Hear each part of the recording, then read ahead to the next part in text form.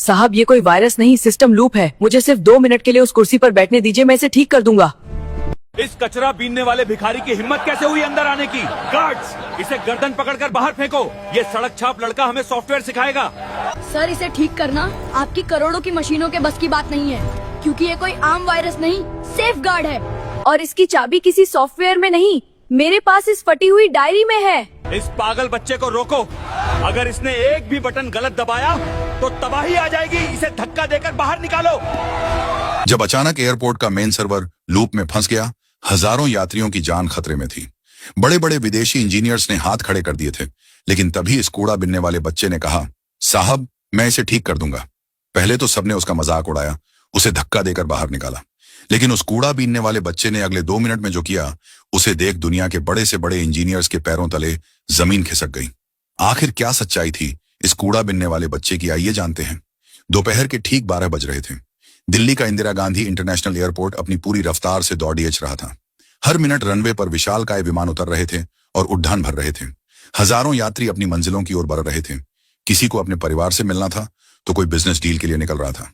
लेकिन तभी अचानक एक पल में सब कुछ थम गया। एयरपोर्ट के सबसे सुरक्षित सर्वर रूम में लगी दर्जनों बड़ी स्क्रीन्स एक साथ काली पट्टी डीडीएच गईं। एयर ट्रैफिक कंट्रोल यानी एटीसी के हेड मिस्टर खन्ना के कान के पास लगा। हेडफोन अचानक खामोश हो गया।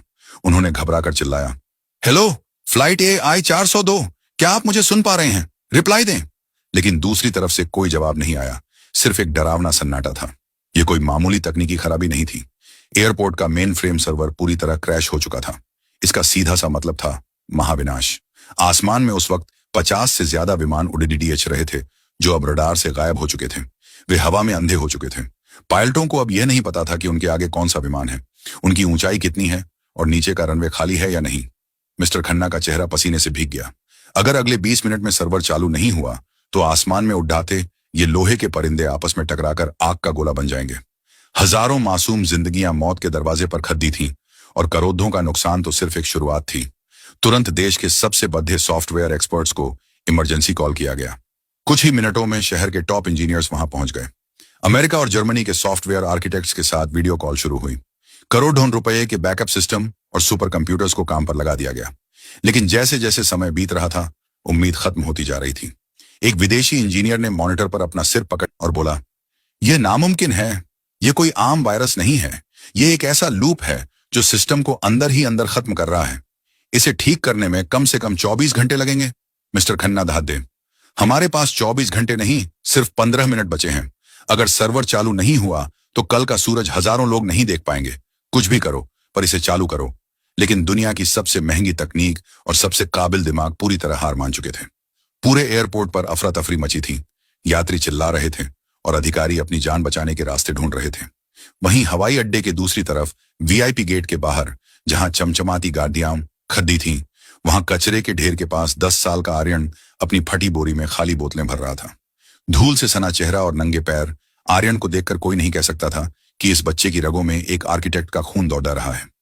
आर्यन हर रोज आकर इसी एयरपोर्ट के आसपास प्लास्टिक की बोतलें बिनता था।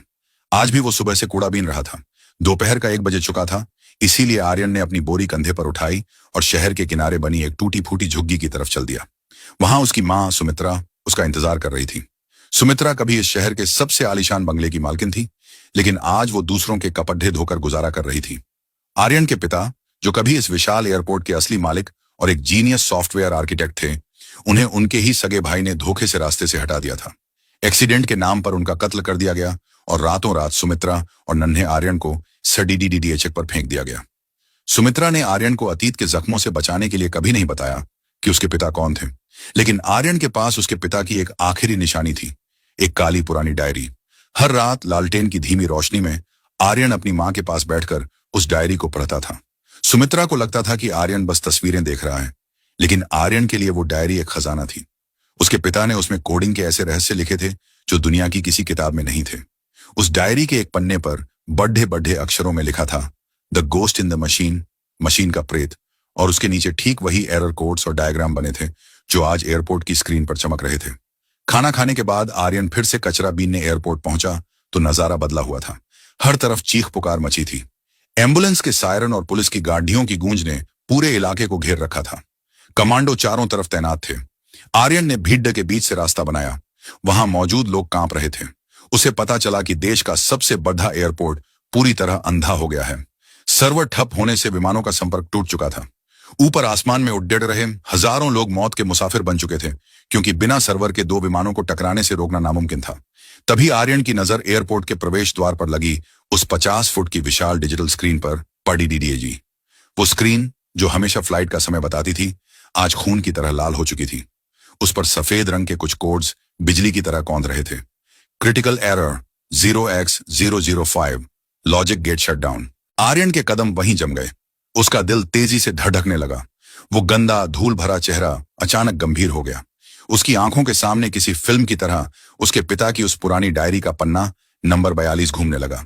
ये तो वही है। आर्यन के सूखे होंठों से धीरे से निकला। ये कोई खराबी नहीं है, ये तो लॉजिक गेट शटडाउन है। उसे याद आया कि उसके पिता ने डायरी में एक लाल घेरा बनाकर लिखा था, आर्यन, अगर कभी सिस्टम इस जाल में फंसे तो समझ लेना कि किसी ने इसकी जड्डों पर हमला किया है। आर्यन को एहसास हुआ कि यह वो पल है जिसके लिए शायद उसके पिता ने उसे तैयार किया था। वो एक पल भी नहीं रुका। वो अपनी बोरी वहीं छोड़कर अपनी झुग्गी की तरफ जान लगाकर भागा। उसके नंगे पैर तपती सड़क पर जल रहे थे, पर उसे दर्द महसूस नहीं हो रहा था। उसे बस वो डायरी चाहिए थी। वो हांफते हुए अपनी झोपड़ी में पहुंचा। फर्श खोदकर बिस्तर के नीचे छिपाई हुई उस काली डायरी को बाहर निकाला। कांपते हाथों से उसने पन्ने पलटे। पन्ना नंबर 42। उसकी आंखों में चमक आ गई। वहां उसके पिता के हाथ की लिखावट थी, यदि मुख्य सर्वर कभी इस लूप में फंस जाए तो दुनिया का कोई भी एंटीवायरस इसे ठीक नहीं कर पाएगा। इसे बाहर से नहीं, बल्कि कर्नेल रूट के भीतर घुसकर एक मैनुअल कमांड से ही जिंदा किया जा सकता है। याद रहे, रूट कमांड ही अंतिम रास्ता है। नीचे कोडिंग की 10 लंबी लाइनें लिखी थी। आर्यन ने उन लाइनों को एक मंत्र की तरह अपने दिमाग में उतार लिया। उसने डायरी को अपनी कमीज के अंदर छाती से कसकर चिपकाया और दोबारा एयरपोर्ट की तरफ दौड़ा। उसके दिमाग में सिर्फ एक ही बात चल रही थी, बाबा, मैं किसी को मरने नहीं दूंगा। लेकिन एयरपोर्ट के वीआईपी एंट्रेंस पर पहुंचते ही एक भारी हाथ ने उसे पीछे धकेल दिया। ए भिखारी, कहां घुसा जा रहा है? भाग यहां से। एक गार्ड ने चिल्लाकर उसे धक्का दिया। आर्यन जमीन पर गिरा। उसकी कोहनी छिल गई, लेकिन वो फिर खड़ा हुआ। साहब, मेरी बात सुनिए। आर्यन गिद्धाया। उसकी आवाज में एक अजीब सा वजन था। अंदर का कंप्यूटर खराब नहीं हुआ है, उसे लॉक कर दिया गया है। मुझे पता है उसे कैसे खोलना है। अगर मैं अंदर नहीं गया तो ऊपर आसमान में जहाज टकरा जाएंगे, हजारों लोग मर जाएंगे साहब। गार्ड जोर से हंसा और अपने साथी से बोला, देख रहे हो, अब ये कूड़ा बीनने वाले हमें बताएंगे कि हवाई जहाज कैसे बचेंगे। चल भाग यहां से, वरना ऐसा डंडा मारूंगा कि कचरा उठाना भूल जाएगा। आर्यन फिर खड़ा हुआ। उसकी आंखों में आंसू थे, पर उनमें डर नहीं, एक जिद थी। साहब, मुझे सिर्फ 2 मिनट दे दो। अगर मैं ठीक नहीं कर पाया तो जो सजा देनी हो दे देना, पर अभी लोग मर रहे हैं, प्लीज मुझे जाने दो। तभी अंदर से खबर आई कि बैकअप सिस्टम भी फेल हो गया है और अब केवल 10 मिनट बचे हैं। एयरपोर्ट के अंदर मौत का सन्नाटा पसरने लगा था और बाहर एक बच्चा उस समाधान को हाथ में लिए खड़ी रहा था जिसे दुनिया ढूंढ रही थी। कंट्रोल रूम में मिस्टर खन्ना अपनी कुर्सी पर ढह गए थे। स्क्रीन पर एक बद्धा सा 08 मिनट का टाइमर चल रहा था। विदेशी इंजीनियरों ने अपने हाथ खड्डे कर दिए थे और एयरपोर्ट के मौजूदा मालिक यानी आर्यन के चाचा विक्रम सिंह पसीने से लथपथ होकर फोन पर चिल्ला रहे थे। विक्रम सिंह को डर इस बात का नहीं था कि लोग मरेंगे। उसे डर इस बात का था कि अगर एयरपोर्ट बंद हुआ तो उसकी अरबों की संपत्ति और रसूख मिट्टी में मिल जाएगा। बाहर गार्ड ने आर्यन को धक्का दिया। आर्यन दूर जाकर गिरा, लेकिन उसका इरादा नहीं टूटा। उसने देखा कि वीआईपी गेट पर सुरक्षा इतनी कड़ी ही है कि एक परिंदा भी पर नहीं मार सकता। उधर एयरपोर्ट की विशाल खिड़कियों के पार आसमान में कुछ विमान अब बहुत नीचे दिखाई दे रहे थे। वे बिना सिग्नल के उतरने की कोशिश कर रहे थे, जो आत्मघाती था। आर्यन ने अपनी फटी कमीज से कोहनी का खून पोंछा।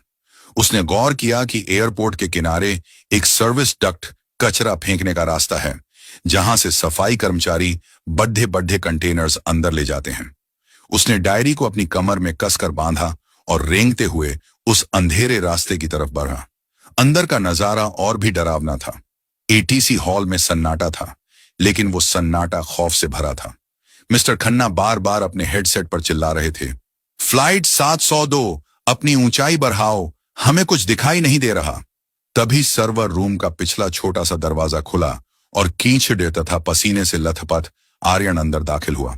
उसे देखते ही वहां खड़ा एक सॉफ्टवेयर एक्सपर्ट ने चिल्लाकर कहा, सिक्योरिटी, ये लड़च का यहां कैसे आया? इसे फौरन बाहर निकालो, ये संवेदनशील इलाका है।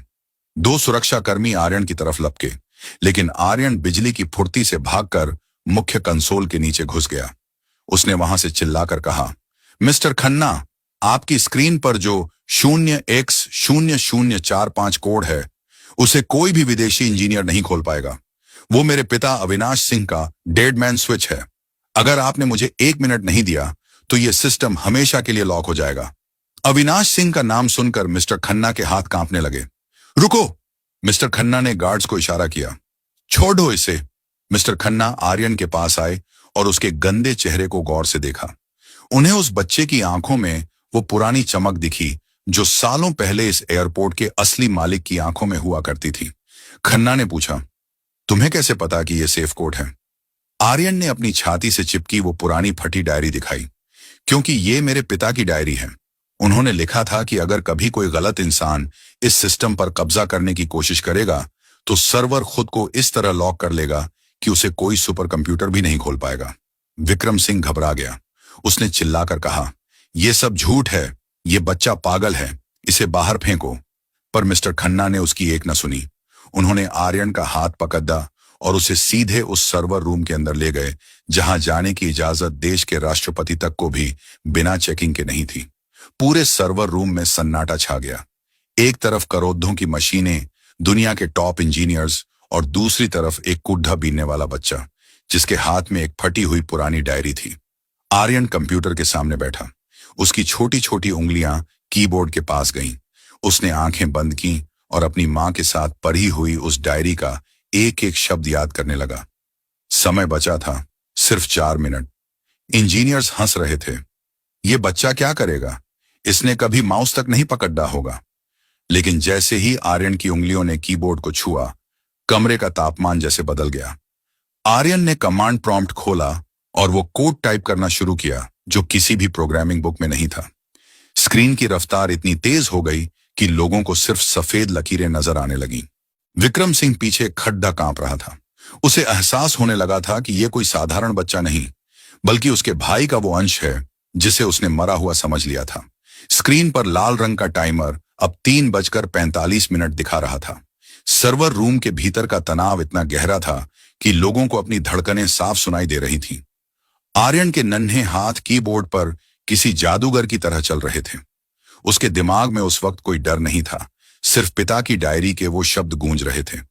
अचानक स्क्रीन पर एक पॉपअप विंडो खुली जिसमें लिखा था, एंटर मास्टर की। वहां खड़ी डीढ़े सीनियर इंजीनियर ने अपना सिर पीट लिया। खत्म, सब खत्म। ये मास्टर की सिर्फ एयरपोर्ट के ओरिजिनल फाउंडर के पास थी जो अब इस दुनिया में नहीं है। इसे क्रैक करने में सालों लग जाएंगे। आर्यन रुका नहीं। उसने डायरी के आखिरी पन्ने पर बना एक धुंधला सा हेक्साडेसिमल कोड याद किया। यह कोई पासवर्ड नहीं था, बल्कि उसकी मां का जन्मदिन और उसके पिता के पहले पेटेंट नंबर का एक अनोखा मेल था। आर्यन ने जैसे ही आखिरी बटन दबाया, पूरे सर्वर रूम में एक गूंज उठी, एक्सेस ग्रांटेड। विक्रम सिंह के चेहरे से रंग उड़ चुका था। उसने अपनी जेब में रखा फोन कसकर पकड़ ले लिया। उसे डर था कि अगर सर्वर पूरी तरह रीसेट हुआ तो सिस्टम का ऑन्टो लॉग भी खुल जाएगा, जिसमें पिछले 10 सालों का सारा कच्चा चिट्ठा दर्ज था, वो भी जो उसने मिटाने की कोशिश की थी। हटो यहां से! विक्रम ने आर्यन को धक्का देने की कोशिश की। ये बच्चा सिस्टम हैक कर रहा है, ये हमारे डेटा को चुरा रहा है। लेकिन मिस्टर खन्ना ने विक्रम का हाथ पकड़ खींच लिया। बैठ जाइए विक्रम जी, ये बच्चा वो कर रहा है जो आपके ये करोड़ों के इंजीनियर नहीं कर पाए। अगर आपने इसे रोका तो मैं अभी पुलिस को फोन करूंगा। आर्यन ने एक गहरी सांस ली। उसके माथे पर पसीने की बूंदें चमक रही थीं। उसने अंतिम कमांड टाइप किया, rebut system, force, bypass wires. अगले 30 सेकंड तक पूरी स्क्रीन काली पड़ी डीडीएच गई। बाहर रनवे पर खड़े पायलटों ने अपनी खिड़कियों से देखा। एटीसी टावर की लाइटें एक बार बुझीं और फिर एक झटके के साथ पूरी स्क्रीन हरी हो गई। कंट्रोल रूम में लगे रेडियो से आवाज आई, ATC, this is flight AI 402, हमें सिग्नल मिल गया है, हम लैंडिंग के लिए तैयार हैं। एक के बाद एक सभी विमानों से संपर्क जुड़ने लगा। हजारों जिंदगियां बच चुकी थीं। इंजीनियरों की आंखों में आंसू थे और वो उस 10 साल के भिखारी बच्चे को देख रहे थे जो अब उनके लिए किसी फरिश्ते से कम नहीं था। सर्वर रूम के भीतर सन्नाटा इतना गहरा था कि वहां चल रहे कूलिंग फैंस की आवाज भी शोर जैसी लग रही थी। आर्यन की उंगलियां कीबोर्ड पर थमी थीं, लेकिन स्क्रीन पर कोडिंग की पंक्तियां किसी झरने की तरह बह रही थीं। जैसे ही सिस्टम का लास्ट लेयर अनलॉक हुआ, स्क्रीन पर एक फोल्डर खुला जिसका नाम था in case of emergency project Phoenix. वहां मौजूद इंजीनियर्स और विक्रम सिंह की सांसें अटक गईं। यह कोई साधारण वीडियो नहीं था। मुख्य स्क्रीन पर एक पुराना वीडियो फोल्डर अपने आप प्ले होने लगा। यह एक डेथ नोट वीडियो था जिसे आर्यन के पिता ने मरने से ठीक 1 घंटे पहले रिकॉर्ड किया था और सर्वर के सबसे सुरक्षित कोने में छिपा दिया था। वीडियो में आर्यन के पिता का चेहरा सामने आया। उन्होंने कहा, अगर आज कोई यह वीडियो देख रहा है तो इसका मतलब है कि सिस्टम लॉक हो गया था और इसे मेरे बेटे या किसी बहुत करीबी ने ही खोला है। मैं यह रिकॉर्डिंग आज 14 मार्च को कर रहा हूं। मुझे पता चला है कि मेरे छोटे भाई विक्रम ने एयरपोर्ट के सर्वर में एक स्लीपर सेल वायरस डाल दिया है जो मेरे जाने के बाद कभी भी एक्टिवेट हो सकता है। विक्रम को लगता है कि मेरे मरने के बाद वो सब ADDDH प्लेगा, लेकिन उसे नहीं पता कि मैंने इस पूरे सर्वर की चाबी अपने बेटे आर्यन के DNA और एक खास कोड में छिपाई है। विक्रम चिल्लाया, यह झूठ है, यह डीप फेक वीडियो है। तभी वीडियो में अविनाश सिंह ने एक फाइल खोली। विक्रम, मुझे पता है तुम अभी इसे झुठलाने की कोशिश कर रहे हो, इसीलिए मैंने इस फोल्डर में वो सारी कॉल रिकॉर्डिंग्स और बैंक के वो दस्तावेज अटैच कर दिए हैं जो साबित करते हैं कि तुमने मेरी कार के ब्रेक फेल करने के लिए किससे पैसे दिए थे। ये फाइलें अभी ऑटोमेटिक तरीके से पुलिस मुख्यालय और CBI को ईमेल हो चुकी हैं। जैसे ही अविनाश सिंह ने ये शब्द कहे, सर्वर रूम के प्रिंटर से धड़ कागज निकलने लगे। ये वो डिजिटल एविडेंस थे जो सर्वर के गुप्त हिस्से में सालों से एनक्रिप्टेड, लॉक थे और सिर्फ आर्यन के मास्टर कोड से ही खुल सकते थे। मिस्टर खन्ना ने एक कागज उठाया। उसमें विक्रम की एक प्राइवेट बातचीत का पूरा ट्रांसक्रिप्शन था जिसमें वो अविनाश को रास्ते से हटाने की साजिश रच रहा था। ये एक ऐसा सबूत था जिसे झुठलाया नहीं जा सकता था। विक्रम ने भागने के लिए गेट की तरफ दौड़ लगाई, लेकिन वहां पहले से तैनात सुरक्षा कर्मियों ने उसे दबोच लिया। उसके चेहरे पर जो घमंड था वो अब मलबे की तरह बिखर चुका था। उसे समझ आ गया था कि उसके बड़े भाई ने कब्र से बाहर आकर आज अपना हिसाब चुकता कर लिया है। पुलिस विक्रम को घसीटते हुए बाहर ले गई। एयरपोर्ट के कर्मचारी जो कल तक विक्रम के आगे झुकते थे, आज उसे नफरत भरी नजरों से देख रहे थे। मिस्टर खन्ना आर्यन के पास घुटनों के बल बैठे। उनकी आंखों में ग्लानि थी। बेटा, हम सबको माफ कर देना। हम सच देख नहीं पाए। आज अगर तुम न होते तो तुम्हारे पिता का यह सपना और हजारों लोगों की जान दोनों खत्म हो जाते। आर्यन ने अपनी फटी हुई डायरी को छाती से लगाया। उसे अब समझ आया कि उसके पिता ने डायरी में जो कार्ड एरर और लूप्स की बातें लिखी थीं, वो दरअसल उसे भविष्य के लिए तैयार कर रहे थे। अगले कुछ घंटों में पूरी दुनिया में यह खबर आग की तरह फैल गई। शहर के सबसे आलीशान होटल के बजाय आर्यन मिस्टर खन्ना के साथ अपनी उस झुग्गी में पहुंचा जहां उसकी मां सुमित्रा फटे हुए कपड़े धो रही थी। जब सुमित्रा ने देखा कि उसका बेटा एक महंगी गाड़ी से उतरा है और उसके पीछे पुलिस और बड़े बड़े अफसर हाथ जोड़कर खड़े हैं, तो उसकी समझ में कुछ नहीं आया। मिस्टर खन्ना ने सुमित्रा के पैर छुए और कहा, भाभी जी, इंसाफ हो गया है। भैया के हत्यारे जेल जा चुके हैं और अब से इस एयरपोर्ट और पूरे साम्राज्य के असली मालिक आप और आर्यन हैं। सुमित्रा की आंखों से आंसुओं का सैलाब बह निकला। उसने आर्यन को गले लगा लिया। आर्यन ने धीरे से कहा, मां, बाबा ने डायरी में लिखा था कि सच्चाई कभी हारती नहीं, बस उसे सही समय का इंतजार होता है। कुछ ही महीनों में काया पलट हो गया। एयरपोर्ट के बोर्ड रूम में अब विक्रम की जगह आर्यन और सुमित्रा बैठते थे, लेकिन आर्यन ने अपनी जड़ों को नहीं भुलाया। उसने सबसे पहले उन कूढ़ा बीनने वाले बच्चों के लिए एक वर्ल्ड क्लास स्कूल और कोडिंग सेंटर बनवाया जहां वो खुद कूढ़ा बीनता था। उसने एयरपोर्ट के मेन गेट पर अपने पिता की एक विशाल प्रतिमा लगवाई जिसके हाथ में वही काली डायरी थी। उस प्रतिमा के नीचे लिखा था, ज्ञान ही सबसे बड़ी शक्ति है और सच्चाई सबसे बद्धा सुरक्षा कवच। आर्यन सिंह, जो कल तक सड़कों पर बोतलें चुनता था, आज देश का सबसे बड़ा टेक्नोलॉजी आइकन बन चुका था। उसने साबित कर दिया कि हालात आपको नीचे गिरा सकते हैं, लेकिन अगर आपके पास शिक्षा की चाबी है तो आप अपनी किस्मत का दरवाजा खुद खोल सकते हैं।